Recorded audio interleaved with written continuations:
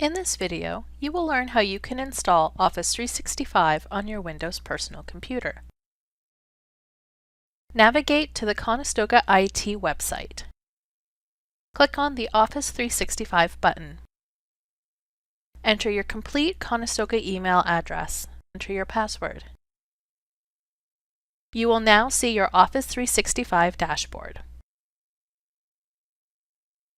To install the desktop apps, click on the Install Office button located at the top right of the screen. Save the file to your computer. Click on the Download a File and the installation will begin.